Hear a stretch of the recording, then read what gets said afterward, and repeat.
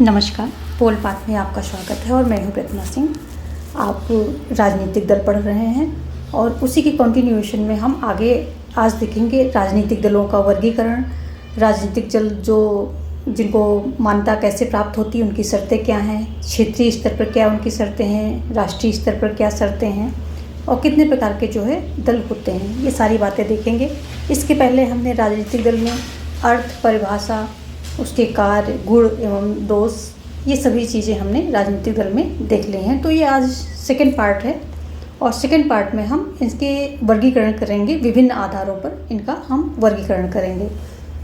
और जो लोग नए जुड़े हैं उन्हें बता दूं कि डिस्क्रिप्शन में सभी लिंक डाले गए हैं, चाहे वो एनसीईआरटी के क्वेश्चंस, प्रैक्टिस क्वेश्चंस हो या फिर डेली क्वेश्चन जो डेली प्रैक्टिस सीरीज़ है या फिर कोर्स वीडियोस, सभी के लिंक वहाँ पर हैं। तो और ये सभी सेपरेट हैं यानी सेग्रीगेट किए गए हैं, तो आपको जिस प्रकार की वीडियोस की ज़रूरत है तो उस प्रकार की लिस्ट में जा कर के आप चेकआउट करें लिस्ट को और अपना कंटेंट तैयार करें। प्लस टेलीग्राम लिंक भी वहाँ दिया गया है, तो ये जो जितनी भी क्लासेस मैं लेती हूँ इनके सारे PDF फॉर्म में वहाँ पर टेलीग्राम में आपको नोट्स मिल जाएंगे। चलिए देखते हैं, आज हम राजनीतिक दलों का वर्गीकरण करेंगे विभिन्न आधार पे। किन किन आधारों पे करेंगे? अगर हम राजनीतिक दलों की बात करें कि इनका वर्गीकरण करना है, तो एक तो हम इसको विचारधारा के आधार पे कर सकते हैं, दूसरा हम संरचना के आधार पर कर सकते हैं, तीसरा हम संख्या के आधार पर कर सकते हैं। अगर हम बात करें कि विचारधारा के आधार पर कौन कौन से वर्गीकरण हो सकते हैं, तो विचारधारा के आधार पर पहला वर्गीकरण है वामपंथ। दूसरा क्या होता है, ये मध्यम मार्गी होते हैं। और तीसरा क्या होता है, दक्षिणपंथ। वामपंथ वो होते हैं कि जो स्वतंत्रता और समानता की बात करते हैं। अगर जो वामपंथ और दक्षिणपंथ, अगर हम इसकी थोड़ा सा पीछे जा कर के इसकी केस हिस्ट्री के बारे में जानना चाहें, तो यहाँ क्या है कि जो फ्रांसीसी राजा थे वहाँ पर उनके जो स्वतंत्रता, समानता और कुछ परिवर्तन की बात करते थे, ऐसे जो उनके नेता थे, ऐसे जो उनके मंत्रीगण थे, वो उनके राजा के क्या होता बाएं बैठते थे, बाएं साइड राजा के बैठते थे। और जो परंपरा, प्रथा, इन सब की बात करते थे, रीति रिवाजों की बात करते, उसके अकॉर्डिंग शासन को चलाना चाहते थे, उसकी परंपरा, प्रथा की बात करते थे, तो वो राजा के दाएं ओर बैठते थे, यानी कि दाहिने हाथ की तरफ बैठते थे। तो वहीं से ये प्रथा चल पड़ी वामपंथ और दक्षिणपंथ की।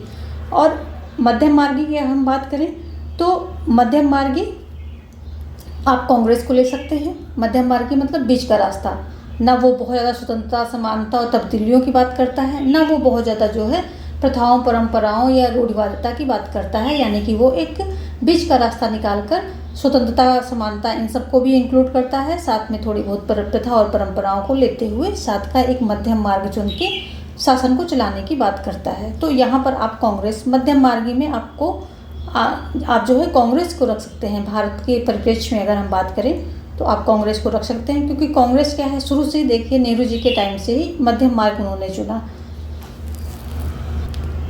यदि हम वामपंथ की बात करें कि वामपंथ अगर हम भारत के परिप्रेक्ष्य में देखें तो वामपंथ को किस पार्टी से जोड़ा जा सकता है, यानी कि वामपंथी वो किस पार्टी के हैं, तो ये जैसे आप जो भारत में साम्यवादी दल हैं उसको आप वामपंथ में रख सकते हैं। भारत के परिप्रेक्ष्य में हम देख रहे हैं तो वामपंथी क्या है, साम्यवादी दल रख सकते हैं। भारत या किसी अन्य परिप्रेक्ष्य में जो साम्यवादी लोग होते हैं ये वामपंथ में आ जाते हैं। और अगर हम देखें जो दक्षिणपंथ है, तो भारत में कौन दक्षिणपंथी पार्टी है, तो हम बीजेपी को यहाँ रख सकते हैं। बीजेपी दक्षिणपंथी पार्टी है, क्योंकि ये क्या करती है, ये बात करती है कि ये हिंदुत्व की बात करती है, ये इन सब बातों यानी प्रथाओं, परंपराओं की बात करती है, तो इसको हम बीजेपी को दक्षिणपंथ में रख सकते हैं। तो ये तीन आपके हो गए राजनीतिक दलों का वर्गीकरण विचारधारा के आधार पे। विचारधारा के आधार पे वर्गीकरण किया तो गया है, लेकिन जब हम आज के उसमें देखते हैं, आज के परिप्रेक्ष्य में, वर्तमान समय में देखते हैं, तो विचारधारा कोई बहुत बड़ा रोल नहीं कर रहा है, क्योंकि एक पार्टी की कई सारी पार्टियों से गठबंधन है। भारत में देख लीजिए, कोई पार्टी बिना गठबंधन के है ही नहीं, बहुत शायद ही कोई दिख जाए। तो जब एक पार्टी दूसरी पार्टी से गठबंधन कर रही, तो वहाँ जाहिर सी बात है कि दोनों पार्टियों की विचारधाराओं में अंतर है, क्योंकि सभी पार्टियाँ जो है, पार्टियों की अलग अलग विचारधाराएं होती हैं। तो वो गठबंधन कर रही हैं, तो विचारधारा का वहाँ बहुत बड़ा रोल नहीं होता है। अगर हम बात करें तो पार्टी में सबसे ज़्यादा रोल, सबसे ज़्यादा जो उद्देश्य होता है, एक मोटिव होता है, वो होता है सत्ता प्राप्त करना, शक्ति प्राप्त करना। शक्ति प्राप्त करने के लिए वो अपनी विचारधाराओं को भी ताक पर रख सकते हैं, अपनी विचारधाराओं में चेंज कर सकते हैं या थोड़ा सा एडजस्टमेंट कर सकते हैं।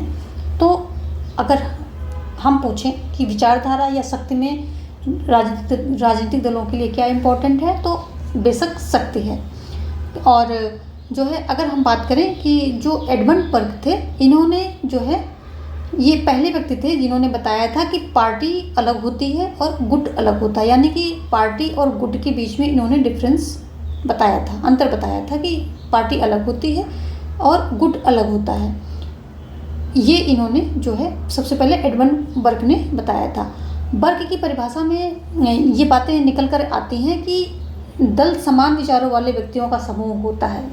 अगर हम बर्क की परिभाषा पढ़ते हैं तो वो उसमें ये बात निकल के आती है कि जो एक दल होता है, एक पार्टी होती है, वो समान विचारों के व्यक्तियों का एक समूह होता है, यानी कि समान विचारे वाले व्यक्ति उसमें एग्जिस्ट करते हैं। और अगला है, उसमें दूसरा पॉइंट क्या है, जो राष्ट्रीय हित के लिए कार्य करते हैं। तो ये अगर हम बात करें कि वो राष्ट्रीय हित के लिए कार्य करते हैं, तो ये जो थोड़ा मानकी हो जाता है। मानकी का मतलब है कि थोड़ा सा वहाँ पर मूल्यात्मक जो है, मूल्यों को जोड़ा गया है कि ऐसा होना चाहिए। राष्ट्रीय हित के लिए कार्य सभी दल कार्य करते हैं, ऐसा होता नहीं है। ये सभी जो है क्या कार्य करते हैं कि इस शक्ति के, इनका मेन मोटिव होता है शक्ति प्राप्त करना। राष्ट्रीय हित सिर्फ एक दिखावा हो सकता है, बट जो है इनका मेन मोटिव होता है शक्ति प्राप्त करना। तो जो एडमंड बर्क की हम पहले परिभाषा की जो पहला पॉइंट है, ये तो सही है कि जो है एक तरह के समान विचार वालों जो व्यक्ति होते हैं, वो उनका एक समूह होता है दल। लेकिन जो दूसरा पॉइंट है राष्ट्रीय हित, ये थोड़ा सा मानकी हो जाता है, यानी कि ये ऐसा होना चाहिए करके बात रखी गई, क्योंकि राष्ट्रीय हित इनके लिए सर्वोपरि तो नहीं होता है, शक्ति सर्वोपरि होती है। और इसी को जो है बाद में कुछ जो विद्वान हैं उन्होंने दिया है, राजनीति के हैं, रिकर, जैसे रिकर बताते हैं दल शक्ति प्राप्त करने का प्रयास करते हैं। रिकर ने कहा है, शुम्पीटर भी जो है एडमंड बर्क से एग्री नहीं करते हैं, और ये भी जो है रिकर की बातों को दोहराते हैं, कहते हैं कि शक्ति प्राप्त करने के लिए ही बात करते हैं, ये शक्ति प्राप्त करने के लिए सारा प्रयास होता है कि इनका जो ये राजनीतिक दल होते हैं। तो अगर हम राजनीतिक दल की बात करें तो इनका मेन मोटिव होता है शक्ति प्राप्त करना, और हाँ, ये समान विचार के जो व्यक्ति होते हैं उनका समूह होता है। लेकिन ये समय के साथ अपने आप को एडजस्ट करते हैं। अगर गठबंधन इनको शक्ति प्राप्त करने की बात आ जाए तो ये किसी दूसरी पार्टी से गठबंधन करके सत्ता प्राप्त करते हैं या शक्ति प्राप्त करने का जो है कोशिश करते हैं। तो ये हो गया आपको वामपंथ क्या है, दक्षिणपंथ क्या है और मध्यम मार्गी। ये विचारधारा के आधार पर 3 प्रकार से राजनीतिक दलों को वर्गीकृत किया जा सकता है। आगे हम देखेंगे संरचना के आधार पर राजनीतिक दलों का वर्गीकरण। तो इसमें जो है डुअर्जन ने जो है संरचना के आधार पर राजनीतिक दलों को बांटा है। कितने भागों में बांटा है? 4 भागों में बांटा है। ये बात करते हैं ब्रांच की, कि कहते हैं कि एक जो है राजनीतिक दल कितने प्रकार के होते हैं। ब्रांच होता है, काकस होता है, सेल होता है और मिलिशिया होता है। ये जो है 4 प्रकार के 4 प्रकार के दलों की बात करते हैं संरचना के आधार पे। तो जो ब्रांच होता है ये क्या होता है? लोकतांत्रिक राजनीतिक दल होता है, और इसमें क्या होता है, ज़्यादा से ज़्यादा लोगों को जोड़ने की कोशिश की जाती है, ज़्यादा से ज़्यादा लोगों को जनता की भागीदारी का जो है इसमें कोशिश की जाती है, और जनता के बीच में जाकर के जो है पार्टी की सशक्तिकरण की बात की जाती है। उसमें जनता के बीच में इसको पैठ बनाने की कोशिश की जाती है। इसलिए इसको जो है एक प्रकार से आप मास पार्टी भी कह सकते हैं, यानी कि जनता का इन्वॉल्वमेंट इसमें बहुत होता है और जनता को जोड़ने की कोशिश बहुत ज़्यादा की जाती है। तो ब्रांच पार्टी आप देख सकते हैं कि ये भारत में एग्जिस्ट करती हैं। जैसे ये ब्रांच पार्टी है ये भारत में आपको मिल जाएगी। अगली है काकस। अगर हम काकस की बात करें तो ये एक प्रकार से इसको आप कह सकते हैं कि ये कैडर पार्टी है, यानी कि जो कैडर दल होते हैं उस तरह का ये पार्टी है काकस। ये भी डुवर्जर के द्वारा ही इसका किया गया है। और इसमें जो व्यावसायिक लोग होते हैं, बहुत ज़्यादा प्रशिक्षित लोग होते हैं, वो जुड़ते हैं और वो जुड़कर जो है पार्टी का प्रचार करते हैं, यानी कि पार्टी को वोट दिलाने का काम करते हैं। अगर हम सेल की बात करें, सेल, तो ये साम्यवादी दल, सेल के अंतर्गत क्या होता है, साम्यवादी दल रखे गए हैं डुवर्जर के द्वारा। और ये बहुत खास वर्ग होते हैं और इसमें क्या होता है कि जैसे श्रमिक वर्ग ले लिया, मजदूर वर्ग ले लिया, यानी कि किसी एक जो है वर्ग से संबंधित होते हैं, इसलिए इनको सेल बोला गया है कि किसी एक वर्ग से, एक सेल से संबंधित हैं, ये समाज के किसी एक सेल से, एक वर्ग से संबंधित हैं।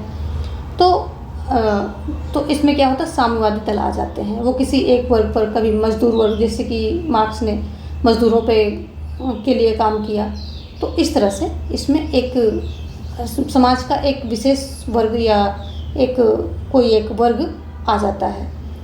आगे हम करेंगे मिलिशिया की बात। तो मिलिशिया में क्या होता है, मिलिशिया का जो वर्गीकरण, जो मिलिशिया का चौथा टाइप है मिलिशिया, ये इसमें फांसीवाद दल रखे जाते हैं। फांसीवाद दल में क्या, जो फांसीवादी दल होते हैं, इसमें क्या होता है कि जो नेता होता है वो नेता ही सर्वे सर्वा होता है और उसी का आदेश जो है परमादेश होता है, उसी का आदेश कानून एक प्रकार से बन जाता है। तो ये जो फांसीवादी दल हैं जैसे कि हिटलर, मुसोलिनी, तो इसमें क्या होता है, दल का पूरा शासन, पूरा रूल एंड रेगुलेशन, सब कुछ जो है आप कह सकते हैं कि दल का जो मुख्य नेता होता है उसी के इर्द गिर्द घूमता रहता है, उसी की जो है न्याय, उसी की बातों पर या उसी के आदेश पर, उसी के निर्णय पर जो है ये सारा डिपेंड होता है। हिटलर, मुसोलिनी, ये सब आपने पढ़े ही होंगे कि कैसे इनके जो है इनका आदेश ही एक कानून बन जाता था। तो ये सारी बातें 4 प्रकार का संरचना के आधार पर डुवर्जर ने किया था। और किस पर किया था डुवर्जर ने, जो यूरोपीय राजनीतिक दल होते हैं उनको इन्होंने जो है 4 प्रकार से बांटा था, किसमें, ब्रांच, काकस, सेल और मिलिशिया। मिलिशिया में फांसीवादी आते हैं, सेल में साम्यवादी आते हैं, काकस में कैडर पार्टी आता है और कैडर पार्टी में जैसे प्रशिक्षित व्यावसायिक लोग होते हैं। और इसमें क्या होता है, नीचे से ऊपर ये जो है चुनाव होते हैं और आदेश जो है ऊपर से नीचे को आते हैं, इस तरह से होता है इसमें। और जो ब्रांच पार्टी, आप भारत में इसको एक्सपीरियंस कर सकते हैं, जो पार्टियां भारत में हैं उनको ब्रांच पार्टी में रखा जा सकता है। आगे संख्या के आधार पर भी ये जो है डिवीज़न किया है इन्होंने। संख्या के आधार पर जो एक दलीय होता है, एक दलीय राजनीतिक दल होता है, द्विदलीय राजनीतिक दल होता है, बहुदलीय राजनीतिक दल होता है और एक तीसरा टाइप और होता है, वो होता है एक दलीय प्रभुत्व वाला राजनीतिक दल। एक दलीय प्रभुत्व वाला राजनीतिक दल, उसको हम यहाँ पर देख लेते हैं। एक दलीय प्रभुत्व, एक दलीय प्रभुत्व वाला जो है राजनीतिक दल, तो इसको 4 प्रकार से देख सकते हैं। तो एक दलीय, यहाँ पर आपको ये एक दलीय और एक दलीय दोनों सेम दिख रहे होंगे, लेकिन ऐसा नहीं। अभी इसको हम आगे समझेंगे कि कैसे ये 2 अलग अलग बातों की, विशेषताओं की बात करते हैं। तो साम्यवादी जो ये एक दलीय होता है, ये इसमें क्या होता है कि इसमें साम्य जो है, साम्यवादी एक प्रकार से जितने भी ये साम्यवादी होते हैं इस साम्यवाद को मानने वाले होते हैं और साम्यवादी शासन प्रणालियाँ होती हैं तो वो इसके अंतर्गत आ जाएंगी। और साम्यवादियों का मानना ये है कि समाज के लोगों का हितों, जो लोगों के हित होते हैं, इनके हितों का टकराव खत्म करना है और एक जैसी आर्थिक व्यवस्था शुरू करेंगे और जितनी भी आर्थिक विषमता होगी वो खत्म कर दी जाएगी, उसी के साथ हितों का टकराव भी खत्म हो जाएगा। तो इनका मानना है कि वहाँ पर बहुत सारे दलों की ज़रूरत ही नहीं है। भाई बहुत सारे दल क्या होते हैं, अलग अलग समाज, जो समाज के अलग अलग वर्ग हैं उनका प्रतिनिधित्व करते हैं, उनकी बातों को उठाते हैं, उनके जो हित हैं उनको उठाते हैं। तो लेकिन ये क्या होता है, साम्यवादी जितने होते हैं, मार्क्सवादी होते हैं, साम्यवादी होते हैं, यहाँ पर एक दल होता है और इनका मानना ये होता है कि हमें बहुत ज़्यादा दलों की ज़रूरत नहीं है, क्योंकि समाज के जो समाज में ये आर्थिक विषमता है इसको ख़त्म कर देंगे तो लोगों के बीच में टकराव नहीं होगा।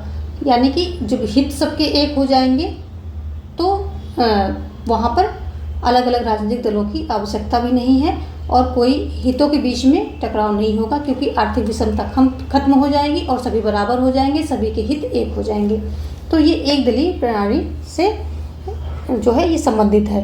एक दलीय प्रणाली की विशेषता ये है कि जो साम्यवादी दल होता है वही तय करेगा कि कौन विधायिका में जाएगा, कौन कार्यपालिका में जाएगा, कौन न्यायपालिका में जाएगा, कौन संसद में जाएगा।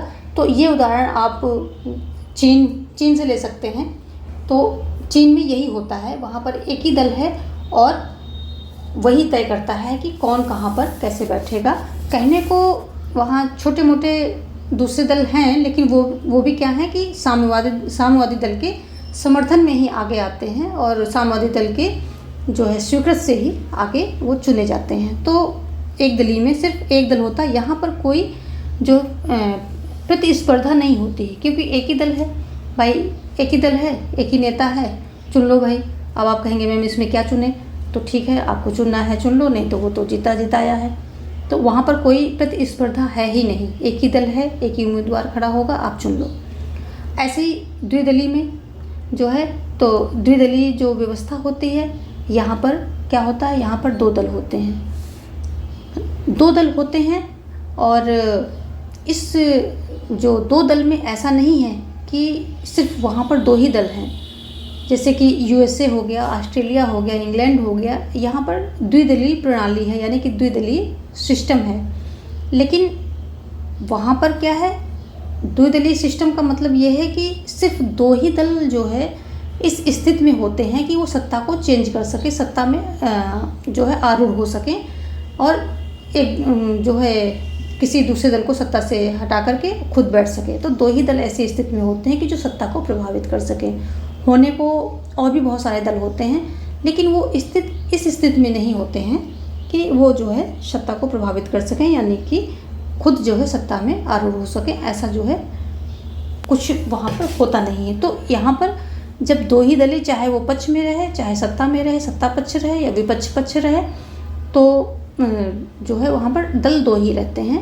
ए एंड बी दो दल होते हैं और ए बी के साथ ही जो है सत्ता परिवर्तन होता रहता है, सत्ता की अदला बदली होती रहती है। तो ये बात जो है द्विदलीय प्रणाली में विशेष है कि दल वहाँ पर और भी एग्जिस्ट करते हैं, लेकिन उनका अस्तित्व जो है प्रभावशाली होता नहीं है। बहुदलीय प्रणाली में तो यहाँ पर एग्जांपल आप ले सकते हैं भारत का। तो भारत में क्या है, बहुदलीय प्रणाली है। बहुदलीय प्रणाली में लड़ने वाले अनेक जो है लोग होते हैं, अनेक तरह के, क्योंकि बहुदलीय प्रणाली में जो है ज़्यादातर लोकतांत्रिक देशों में बहुदलीय प्रणाली होती है, जहाँ पर ये जो है एक फंडामेंटल राइट होता है कि आप दल समूह बना सकते हैं। जैसे कि हमारे यहाँ भारत में समूह बनाना, दल बनाना, ये हमारा एक फंडामेंटल राइट है। तो हम बना सकते, कितने भी राजनीतिक दल बन जाएंगे और उनको कोई मना नहीं कर सकता, ये फंडामेंटल राइट है। तो बहुदलीय प्रणाली जो है भारत में देखने को मिलती है और जहाँ पर बहुदलीय प्रणाली होती है वहाँ पर ज़्यादातर गठबंधन की सरकार ही बनती है, ये भी है। और अगर हम भारत के परिप्रेक्ष्य में बात करें तो भारत के परिप्रेक्ष्य में क्या था, ये जब स्वतंत्रता मिली थी हमको और 1952 के चुनाव हुए थे, उसमें जब सरकार बनी थी और वहाँ से लेकर के जो है 1990 तक क्या हुआ कि एक दल का ही प्रभुत्व रहा। तो जैसे एक दलीय प्रभुत्व, इसकी बात हम कर रहे हैं, तो इसको हम भारत में देख सकते हैं। भारत अपना देश है, यहाँ का आपको जो है सब कुछ समझ में ज़्यादा आएगा, तो इसलिए मैं भारत का उदाहरण ले रही हूँ। तो अगर हम एक दलीय प्रभुत्व वाली पार्टी की बात करते हैं तो भारत को एग्जांपल लेते हैं कि 1952 से लगभग 1990 तक एक दल का प्रभुत्व रहा, वो थी कांग्रेस। पार्टियां तो अनेक थी, बहुत सारी थी, लेकिन वो सब इस स्थिति में नहीं थी कि सत्ता को प्रभावित कर सकें।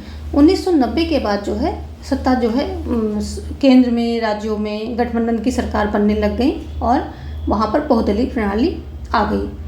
अभी अगर हम फिर देखें तो वही चीज़ कुछ आ रही, क्योंकि भारत में जो है फिर से एक दलीय प्रभुत्व बीजेपी के द्वारा देखने को मिल रहा है। बीजेपी भी लगभग काफ़ी ज़्यादा जो है प्रभुत्व में है इस समय। सत्ता जो है हर जगह उसने सत्ता पे अपना प्रभुत्व जमा रखा है। तो अभी वो चीज़ जो है फिर से देखने को मिल रही है। तो कहते हैं कि मतलब दुनिया में हर जगह क्या है जो है ये राजनीतिक दल की एक सिस्टम है, एक प्रणाली है, राजनीतिक जो दल प्रणाली है। लेकिन भारत में कोई प्रणाली नहीं है। जैसे कि द्विदलीय, जहाँ पर द्विदलीय व्यवस्था है वहाँ द्विदलीय प्रणाली, यानी कि दो ही दल जो है सालों से, अमेरिका देख लीजिए या फिर इंग्लैंड देख लीजिए, सालों से दो ही दल जो हैं ऐसी स्थिति में हैं कि वो सत्ता को क्या कर सकते हैं कि सत्ता को प्रभावित कर सकते हैं या चेंज कर सकते हैं। बाकी होने को चाहे जितने दल हों उनका कोई रोल नहीं है। एक दलीय में जैसे चीन वगैरह हो गया, एक ही दल वहाँ पर एग्जिस्ट कर रहा है सालों से, एक ही दल की जो है वहाँ पर प्रभुत्व है। बहुदलीय में बहुदलीय होंगे और वहाँ पर बहुत सारे दल होंगे। लेकिन जो है एक दलीय प्रभुत्व, और एक दलीय प्रभुत्व में क्या होगा कि एक दलीय प्रभुत्व में एक दल का ही प्रभुत्व होगा। इस तरह का जो है सिस्टम भारत में देखने को मिलता है। भारत में लगातार जो है चेंज होता रहता है। यहाँ पर कोई दल सिस्टम नहीं, पार्टी सिस्टम बना ही नहीं आज तक। यही रजनी कोठारी कहते हैं कि यहाँ पर जो है पार्टी सिस्टम नहीं बना। रजनी कोठारी के द्वारा शुरू में यही कहा गया कि लड़ने वाले अनेक थे, लेकिन क्या है कि एक दल का प्रभुत्व रहा, कांग्रेस का ही रहा शुरुआत के सालों, जो स्वतंत्रता के बाद के साल थे कुछ उसमें। तो रजनी कोठारी और मॉरिस जोन्स दोनों ये मानते हैं कि एक दलीय प्रभुत्व में क्या होता है कि वहाँ पर जो है दल अनेक होते हैं, लेकिन प्रभुत्व में एक ही होता, जीत कर एक ही आता है सामने। तो अगर हम देखें भारत में तो पार्टी सिस्टम जो है लगातार चेंज होता रहता है। चेंज इसलिए होता रहता है कि पहले एक दलीय प्रभुत्व था, स्वतंत्रता के बाद कांग्रेस का प्रभुत्व था, फिर 1990 के बाद गठबंधन की सरकार बनने लगी और वहाँ पर बहुदलीय आ गई व्यवस्था। उसके बाद फिर अभी जो है बीजेपी का एक दलीय प्रभुत्व देखने को मिल रहा है। तो भारत में क्या है, कोई एक सिस्टम नहीं है, चेंज होता रहता है कॉन्टिन्यूअस जो है, कुछ कुछ दिनों में, कुछ कुछ सालों में ये चेंज होता रहता है। तो ये हो गई, अभी हमने एक दलीय प्रभुत्व की बात कर ली। और एक दलीय प्रभुत्व जो है यहाँ भारत में, भारत का एग्जाम्पल हमने ले लिया। अब हम देखेंगे जो एक दलीय होता है, यानी कि साम्यवादी जो दल होते हैं, मार्क्सवादी होते हैं, इनमें किस तरह का इनका स्ट्रक्चर होता है वो देख लेते हैं। तो ये जो क्या होता है, इनका स्ट्रक्चर होता है ऐसा।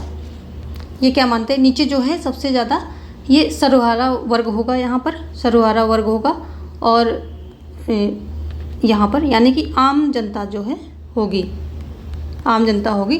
लेनिन मानते हैं, लेनिन का मानना है कि ये लेनिन ने किसकी बात की थी, लेनिन ने किसकी बात की थी, लोकतांत्रिक केंद्रीकरण की बात की थी। ये क्वेश्चन आपका आता है, लोकतांत्रिक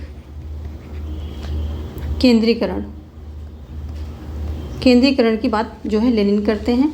और इनका दल जो है ऐसे कैडर आधारित दल होगा, जिसमें सर्वहारा वर्ग जो है सबसे नीचे होगा, यानी कि आम जनता जो है सबसे नीचे होगी। फिर इनसे बनके जो है सेंट्रल कमेटी बनेगी। उसके बाद फिर जो है एक पोलिट ब्यूरो होगा, पोलिट ब्यूरो, स्टैंडिंग कमेटी, पोलिट ब्यूरो, ये पोलिट ब्यूरो होगा। और पोलिट ब्यूरो की एक स्टैंडिंग कमेटी होगी, यहाँ पर जो है स्टैंडिंग कमेटी होगी पोलिट ब्यूरो की, जो कि चर्चा करके सारे डिसीजन लेने का काम करेगी, स्टैंडिंग कमेटी। और सबसे ऊपर क्या होगा, महासचिव होगा, यानी कि ये पोलिट ब्यूरो जो होगा, ये स्टैंडिंग कमेटी जो होगी, ये चर्चा करेगी, बात करेगी, डिस्कस करेगी, और लेकिन जो फाइनल निर्णय होगा वो महासचिव लेगा, महासचिव, ये जो है महासचिव लेगा। तो लेनिन जो है लोकतांत्रिक केंद्रीकरण की बात करते हैं, यानी कि लोकतांत्रिक क्यों है, क्योंकि यहाँ पर जो है डिस्कस की बात की जा रही है, यहाँ पर जो है डिस्कशन की एक प्रकार से यहाँ पर डिस्कशन को महत्व दिया जा रहा है। और केंद्रीकरण क्यों है, क्योंकि जो फाइनल डिसीजन होगा वो महासचिव लेगा। और लेनिन क्या है, डिस्कशन को महत्व देते थे, क्योंकि वो भारत में एम एन रॉय थे, इनसे जो है चर्चा करते रहते थे, जो उनको प्रमुख टॉपिक लगते थे उसके बारे में एम एन राय से वो चर्चा करते रहते थे। लेकिन लेनिन के बाद अगर हम स्टालिन की बात करें कि स्टालिन जब आए, स्टालिन, तो इनका क्या हुआ, लोकतंत्र, उसमें लोकतांत्रिकरण तो ख़त्म हो गया एक प्रकार से और केंद्रीकरण ज़्यादा हो गया। स्टालिन के आने से क्या हुआ, जो लोकतांत्रिक बातें थी, यानी कि डिस्कस करना, ये करना, ये सब खत्म हो गई और जो है केंद्रीकरण जो है प्रभावी हो गया। तो स्टालिन में क्या था, सिर्फ केंद्रीकरण था, लेनिन में तो क्या था, लोकतांत्रिक और केंद्रीकरण दोनों था। तो ये हमने सब दल के बारे में पूछ लिया, किस तरह से जो है दल होते हैं, किस किस तरह से जो है ये विभाजित किए जाते हैं। तो विचारधारा के आधार पे, संरचना के आधार पे, संख्या के आधार पे। आप इनका जो है स्क्रीनशॉट भी ले सकते हैं या फिर ये PDF में उसमें टेलीग्राम पे डाल दूँगी, वहाँ से आप इसको PDF फॉर्म में पा जाएंगे। आगे देखेंगे हम जो राजनीतिक दल होते हैं। भारत में राजनीतिक दल कितने प्रकार के होते हैं, 3 प्रकार के होते हैं। एक होता है पंजीकृत राजनीतिक दल, यानी कि जो रजिस्टर्ड होते हैं। दूसरा क्षेत्रीय या राज्य स्तरीय राजनीतिक दल होते हैं जो स्टेट लेवल पर चुनाव लड़ते हैं। और तीसरा होता है राष्ट्रीय राजनीतिक दल, जो राष्ट्रीय स्तर पर जिनकी पहचान होती है। तो राष्ट्रीय और राज्य स्तरीय जो राजनीतिक दल होते हैं, इसमें जो राष्ट्र स्तरीय दल, इनकी मान्यताएं क्या होती हैं, शर्तें क्या होती हैं, किस प्रकार ये दल जो है क्षेत्रीय स्तर के बनते हैं या राष्ट्रीय स्तर के बनते हैं, तो उसकी कुछ शर्तें होती हैं। यहाँ पर हम देखेंगे कि जो राष्ट्र स्तरीय राजनीतिक दल हैं, यानी कि राष्ट्रीय राजनीतिक दल हैं, उनको मान्यता प्राप्त करने के लिए किन किन शर्तों को जो है पूरा करना पड़ता है, तो ये हम देखेंगे। तो जो राष्ट्र स्तरीय राजनीतिक दल हैं, उनको मान्यता प्राप्त करने के लिए जो पहली शर्त है, वो लोकसभा या राज्यों की विधानसभा के पिछले आम चुनाव में 4 या अधिक राज्यों में कुल डाले गए वैध मतों का 4% मत प्राप्त करें। यानी कि जो लोकसभा या विधानसभा क्या होता है, लोकसभा क्या होता है देख लेते हैं। विधानसभा जो है, जो लोकसभा के ये चुनाव होते हैं, यहाँ पर आम चुनाव की बात की गई है। पहले तो हम आम चुनाव समझ लेंगे। आम चुनाव वो होता है जो अपना एक फिक्स ड्यूरेशन के बाद होता है। जैसे कि इंडिया में 5 साल के लिए राष्ट्रपति चुना जाता है, प्रधानमंत्री, जो मंत्रिपरिषद, ये सब 5 साल के लिए चुनी जाती है। और अगर हम बात करें अमेरिका की, तो वहाँ राष्ट्रपति जो है 4 साल के लिए चुना जाता है। तो ये हो गया आम चुनाव, यानी कि अपना टर्म जो है पूरा करने के बाद ये चुनाव हो रहे हैं, तो वो आम चुनाव होंगे। लेकिन जो मध्यवर्ती चुनाव अगर हो रहे हैं, तो उसमें क्या होता है कि जैसे सरकार बीच में गिर गई, यानी कि लोकसभा में जो है ये प्रधानमंत्री के प्रति अविश्वास प्रस्ताव या मंत्रिपरिषद के प्रति अविश्वास प्रस्ताव जो है पारित हो गया, जो भी सरकार किसी कारण गिर गई, और या फिर जैसे किसी विधायक की मृत्यु हो गई, और तो इस तरह से MP वगैरह की मृत्यु हो गई, तो जो वो पद रिक्त हो जाते हैं, जो जगह वहाँ पर रिक्त हो जाती है, तो उसके लिए जो चुनाव होते हैं, तो वो मध्यवर्ती चुनाव बोले जाते हैं। आम चुनाव क्या होते हैं, अपने पूरा ड्यूरेशन पूरा करने के बाद जो होते हैं, वो आम चुनाव होते हैं। तो यहाँ आम चुनाव की बात हो रही है। और अगर हम समझें कि लोकसभा चुनाव क्या होते हैं, राज्य की और राज्यों की विधानसभा चुनाव क्या होते हैं, तो लोकसभा चुनाव में आ जाते हैं कौन कौन से, संसद जो विधायिका होती है, केंद्रीय स्तर पर जो विधायिका होती है संसद, तो संसद में कौन कौन से आते हैं, एक तो आ जाएगा कि लोकसभा और राज्यसभा, लोकसभा और राज्यसभा, ये इससे बनकर इन दोनों से, ये दो कौन है, ये दोनों इसके जो है सदन हैं, संसद के सदन हैं। तो जब लोकसभा के लिए जो है चुनाव लड़े जाते हैं, तो ये हो गया लोकसभा चुनाव, यानी कि जो राष्ट्रीय स्तर पर चुनाव जो होता है, केंद्र की सरकार बनाने के लिए जो चुनाव होते हैं, वो लोकसभा चुनाव हो जाएंगे। और इसी प्रकार क्या होता है कि जो राज्यों का विधानमंडल होता है, तो इसमें कौन कौन से 2 सदन आते हैं, विधान परिषद एवं, इसमें कौन कौन से आते हैं, इसमें भी आ जाते हैं विधान परिषद और विधानसभा, इसमें भी 2 आ जाते हैं।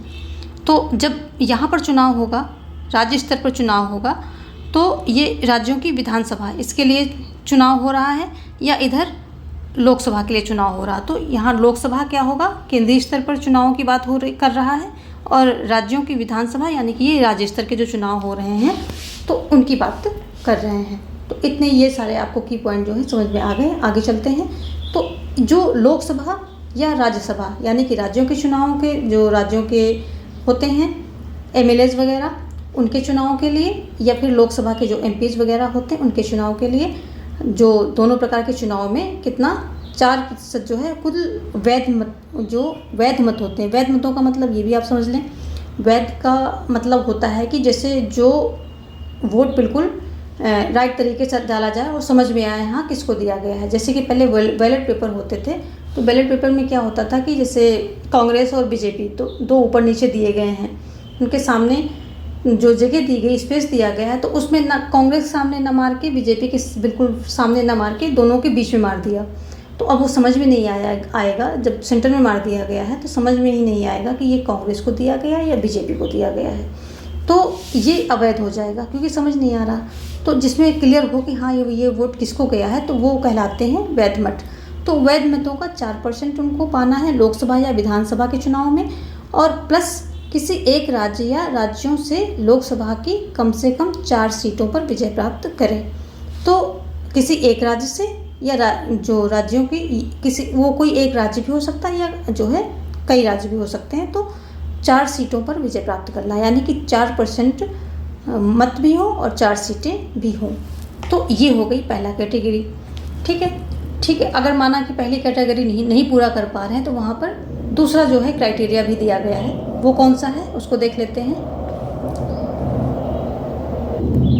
दूसरा क्राइटेरिया कह रहा है कि लोकसभा में कम से कम 2% सीटें, अर्थात लोकसभा की कुल 543 सीटें से 11 सीटें जीतनी होती हैं। जो 543 सीट होती हैं उसमें से 11 जो सीटें होती हैं वो 2% ही निकल के आएंगी। तो 2% सीट का मतलब है कि 11 सीटें जीतनी होंगी लोकसभा में, जो लोकसभा का चुनाव होगा उसमें। और जो ये 11 सीटें जीती जाएंगी वो कम से कम 3 राज्यों से जीती होनी चाहिए। ऐसा नहीं कि एक ही राज्य में हमने जो है 11 सीटें जीत ली और हम फिर जो है उस क्राइटेरिया को पूरा नहीं करेंगे। कम से कम 3 राज्य या इससे 3 राज्य से भी अधिक हो सकता है, लेकिन कम से कम 3 राज्यों से ये 11 सीटें जीती होनी चाहिए। और वैसे क्या है 545 जो है सीटों पर जो है चुनाव होता था, उसमें 2 सदस्य जो है मनोनीत होते थे। 2 सदस्य जो है मनोनीत किए जाते थे, उनका मनोनयन होता था राष्ट्रपति के द्वारा, राष्ट्रपति के द्वारा।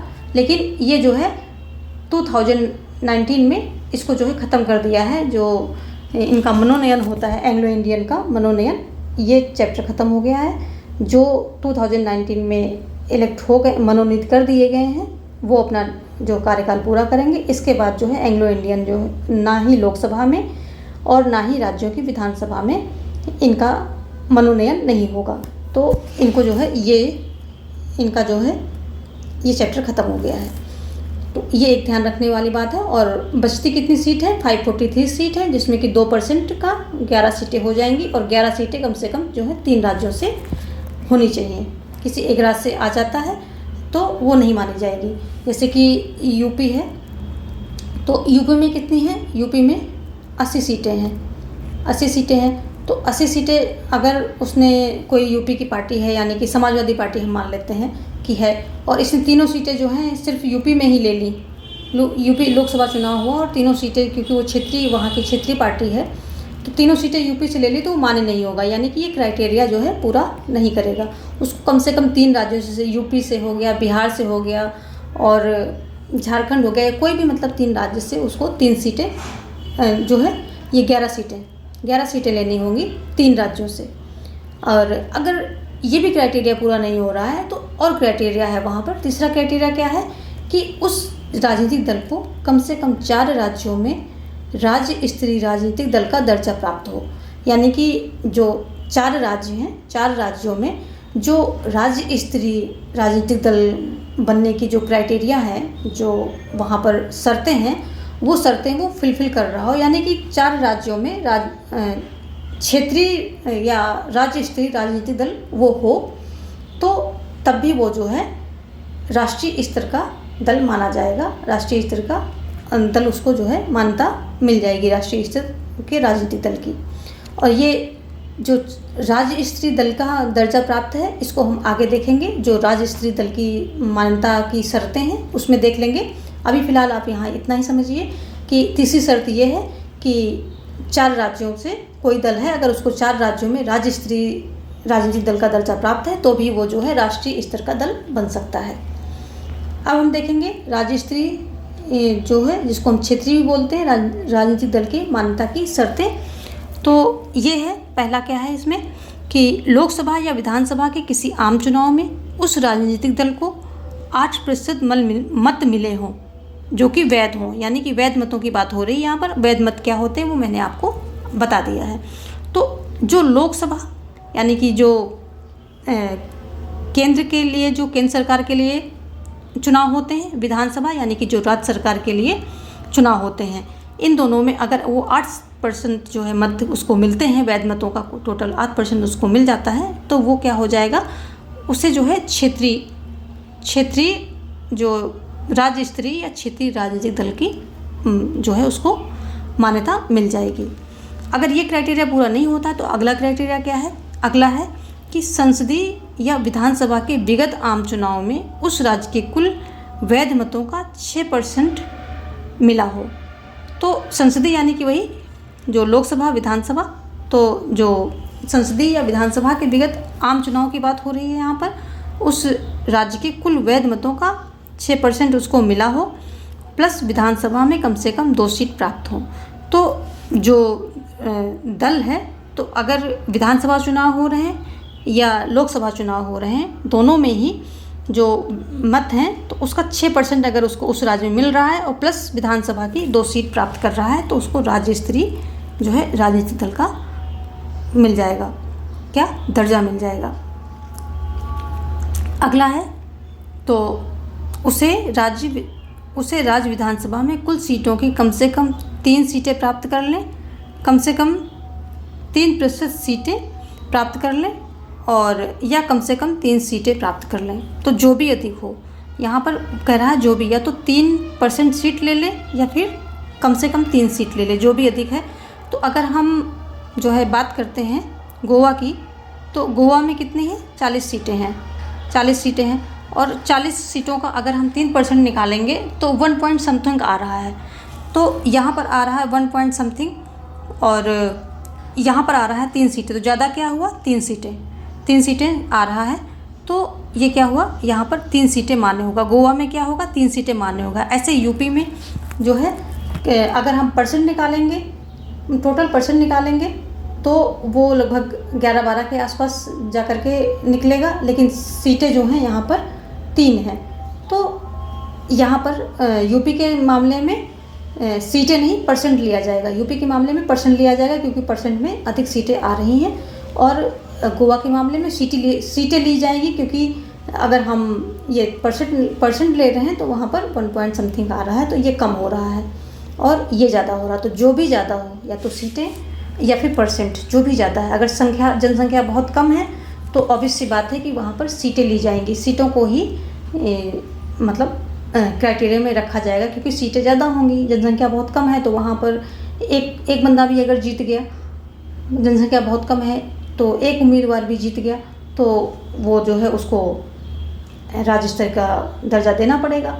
तो इसलिए जो भी ज़्यादा हो, तो वहाँ पर जहाँ पर जनसंख्या कम है वहाँ पर सीटें ली जाएंगी, सीधे सीधे अगर हम मोटे तौर पे समझें। और जहाँ पर जनसंख्या ज़्यादा है तो अगर रेशियो आप निकालेंगे तो वहाँ पर जो है परसेंटेज लेना पड़ेगा, तो वहाँ पर परसेंटेज आ जाएगा। बाकी आप कुछ राज्यों का जो है डाटा लीजिए और उसका जो है कैलकुलेट कीजिए, तो वो चीज़ें अपने आप आपको समझ में आ जाएंगी। जब होमवर्क करेंगे तो ज़्यादा अच्छे से क्लियर होगा। आगे देखेंगे, लोकसभा के आम चुनाव में उस दल ने उस राज्य के हिस्से की प्रति 25 लोकसभा की सीट पर 1 लोकसभा सीट जीती हो।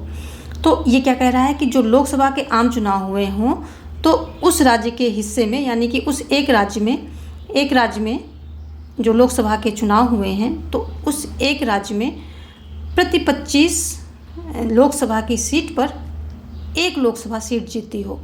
तो चलो हम यूपी का उदाहरण लेते हैं। मान लिया है कि ये यूपी है, इसकी सीटें कितनी हैं, 80 हैं। तो अगर हम 25 करके इसको डिवाइड करते हैं तो कितनी हो गई? 75 सीटें हो गई। 75 कितने? तो ये किया 25 मल्टीप्लाई बाय 3, तो ये हो गया कितना हो गया? 75 हो गया। तो हमको जो है यहाँ पर 25 यानी कि जो है 3 सीट लेनी पड़ेंगी। तो यहाँ पर अभी आपको समझ में आ गया होगा कि यहाँ की क्या है, 25 प्रति 25 सीट पर 1 सीट आपको लेनी है। तो यहाँ पर 80 है, तो 80 में आपका 75 का रेशियो लेना पड़ेगा, क्योंकि 25 सिर्फ 30-25 के यहाँ पे जोड़े बन रहे हैं, यानी कि 25 इस तरह से जो है 3 बन रहे हैं, आपके जोड़े 3 बन रहे हैं। तो ये टोटल हो गए कितने? 75 हो गए। तो अब उसके आगे जाएगा नहीं, 75 में ही रुक जाना है आपको। तो यहाँ से 1 सीट, यहाँ से 1 सीट, यहाँ से 1 सीट, तो ये कितना हुआ? 3 सीट आपको यूपी में लेनी है। अगर आप यूपी से लड़ रहे हैं तो जो है 3 सीट लेनी होंगी। लोकसभा के जो आम चुनाव होंगे उसमें आपको क्या होगा कि राज्य के जितनी भी सीटें हैं तो प्रति 25 सीट पर 1 लोकसभा सीट पर कब्जा करना होगा, यानी 1 लोकसभा सीट को जीतना होगा। तो यूपी का उदाहरण ले लिया है हमने। आई थिंक आपको ये क्लियर हो गया होगा। तो ये कुछ जो है राज्य स्तरीय यानी कि क्षेत्रीय राजनीतिक दल की जो मान्यता प्राप्त करने की कुछ शर्तें हैं कि या तो लोकसभा या विधानसभा के किसी आम चुनाव में 8% जो है मत मिल जाएं, या फिर लोकसभा विधानसभा के आम चुनाव में वैध मतों का 6% और 2 सीट, विधानसभा में कम से कम 2 सीट मिल जाए, और या फिर क्या है कि 3% सीटें या 3 सीटें जो भी ज़्यादा हो वो मिल जाए। और अगला क्या कह रहा है कि जो है प्रति 25 सीट पर 1 लोकसभा सीट जीत लेनी है लोकसभा चुनाव में। तो ये जो है चारों क्राइटेरिया हैं किसके? जो राज्य स्तरीय राजनीतिक दल की मान्यता प्राप्त करने की शर्तें हैं उनकी। आगे हम देखेंगे जब इनको जो है मान्यता मिल जाती है तो इससे मिलने वाले क्या क्या लाभ होते हैं उसकी बात करेंगे। जो राष्ट्रीय या क्षेत्रीय दल के रूप में जो मान्यता प्राप्त दल होते हैं इनके लाभ भी अपने होते हैं। इनको विशेष या स्थायी चुनाव चिन्ह प्राप्त होता है, जैसे कि बीजेपी का क्या है? बीजेपी का कमल का फूल है। कांग्रेस की बात करें तो हाथ का पंजा है। तो जैसे ही हमने हाथ का पंजा देखा तो हम समझ गए ठीक है ये कांग्रेस से संबंधित है, व्यक्ति है, नेता है, या जो भी है, फॉलोअर है, जो भी है, प्रचारक हैं, कांग्रेस से संबंधित है। ऐसे बीजेपी के कमल के फूल को देखकर हम बीजेपी से रिलेट कर देते हैं। तो ये है कि मतलब कहीं भी हमने देखा तो ये एक प्रकार से बीजेपी पार्टी का प्रचार होता है सिर्फ उस चिन्ह को देख करके। तो ये एक फ़ायदा मिलता है। और यहाँ पर क्या होता है कि जो क्षेत्रीय दल होते हैं तो क्षेत्रीय दलों को जो चुनाव चिन्ह मिलता है वो यानी कि जो राज्य के दल होते हैं, जो राज्य स्तरीय दल होते हैं उनको जो चुनाव चिन्ह मिलता है तो वो उस राज्य में कोई और नहीं लेगा, लेकिन किसी दूसरे राज्य में कोई उस चुनाव चिन्ह को ले सकता है। लेकिन जो राष्ट्रीय स्तर के दल होते हैं तो उसको जो चुनाव चिन्ह मिल जाता है तो उसको उस चुनाव चिन्ह को वो संरक्षित हो जाते हैं, आरक्षित हो जाते हैं, उसको कोई और देश में वो चिन्ह ले ही नहीं सकता है। जबकि क्षेत्रीय पार्टी के जो मान्यता प्राप्त दल हैं तो उनमें ये है कि उस राज्य में कोई और किसी और को नहीं होगा, लेकिन अदर राज्य यानी कि दूसरे राज्यों में वो सिंबल दिया जा सकता है, अलॉट किया जा सकता है।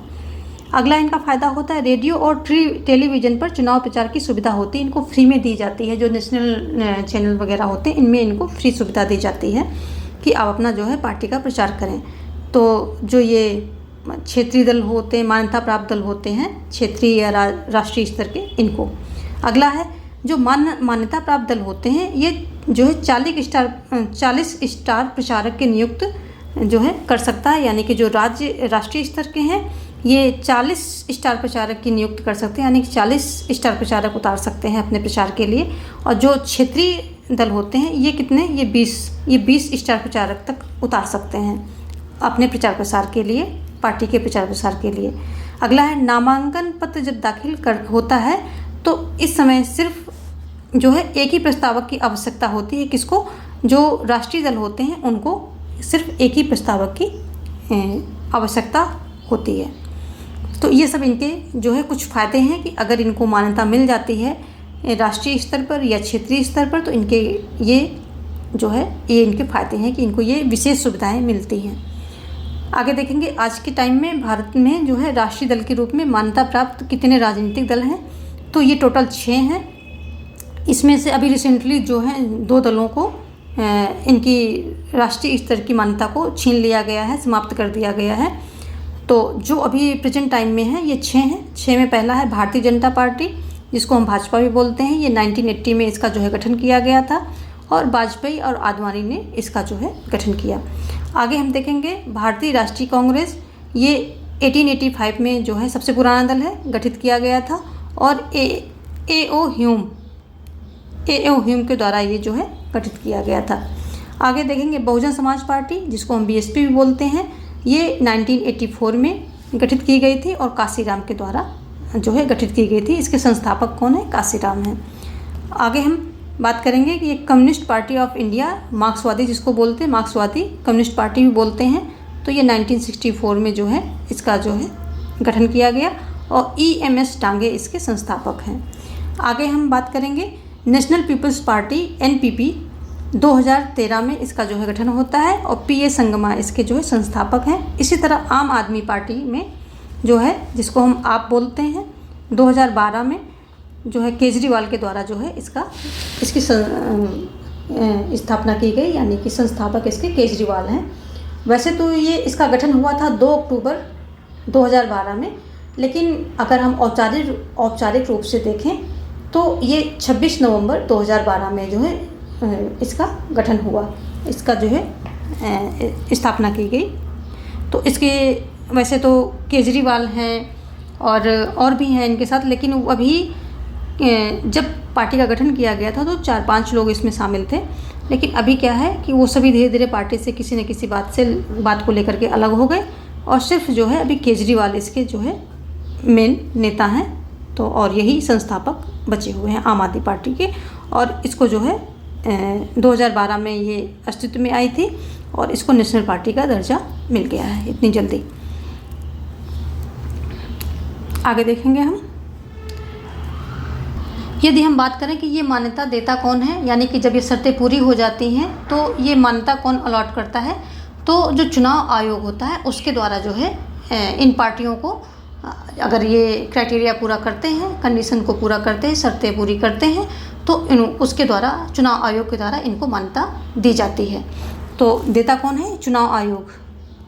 चुनाव आयोग इनको मान्यता अलॉटमेंट करता है, चुनाव आयोग।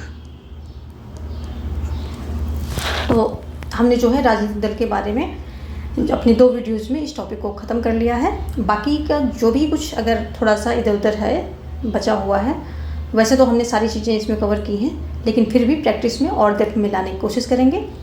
तो आज ये हमारा राजनीतिक दल जो टॉपिक था ये ख़त्म कर लिया है। अगला टॉपिक होगा हमारा दबाव समूह।